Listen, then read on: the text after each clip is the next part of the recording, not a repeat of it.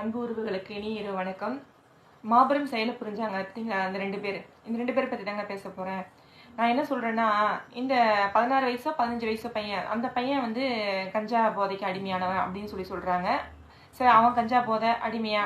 இந்த 60 வயசு தாத்தா இருக்கார் பார்த்தீங்களா, அந்த தாத்தா எதுக்கு அடிமைன்னு எனக்கு தெரியல. ஆனால் 2 நாய்களுமே, நான் ஒரு தெரியாமல் தான் கேட்குறேன், அசிங்கத்தை வச்சா சாப்பிட்ருவானுங்களா? சாப்பாட்டுக்கு பதிலாக தட்டுல அசிங்கத்தை கொண்டு வந்து வச்சா சாப்பிட்ருவானுங்களா? அப்ப அது அசிங்கம்னு அவனுக்கு தெரியும் போது, அப்ப இந்த பிள்ளையை தொடும் போது மட்டும் ஏன் அந்த அந்த அந்த அந்த பயம் வரல?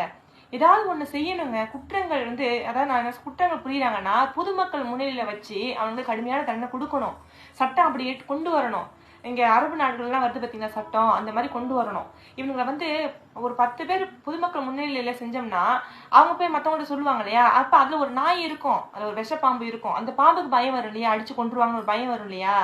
ஒண்ணு சட்டங்களை கடுமையா கொண்டு வாங்க, இல்லையா மக்கள் கையில ஒப்படைங்க. நான் அதாங்க சொல்றேன். உங்களால முடியலையா? மக்கள் கையில ஒப்படைங்க. எதுக்குங்க கூட்டிட்டு போய் குற்றவாளின்னு அவனை வந்து இது பண்ணி அவனை கொண்டு போய் சிறையில் அடைச்சி அவனுக்கு நல்ல சாப்பாடு போட்டு அவனுக்கு ராஜ மரியாதை கொடுத்து உள்ள நல்ல போதை வஸ்துக்கெல்லாம் அவன் என்னென்ன ஆசைப்படுறானோ அது அத்தனையும் அங்கே கொடுத்து அவனை வளர்த்து தான் விடுறீங்களே ஒழிய அவன் திருந்திலாம் வெளியே வரல. அதனால அதிகார பொறுப்பில் இருக்கிற அத்தனை அதிகாரிகளும் சரி, லீடர் பொறுப்பில் இருக்கிறவங்களும் சரி, கடுமையான சட்டங்களை கொண்டு வர்றதுக்கு ஏதாவது வழி பண்ணுங்க. அப்பதான் இங்க ஒரு வழி பிறக்கும். நன்றி, வணக்கம்.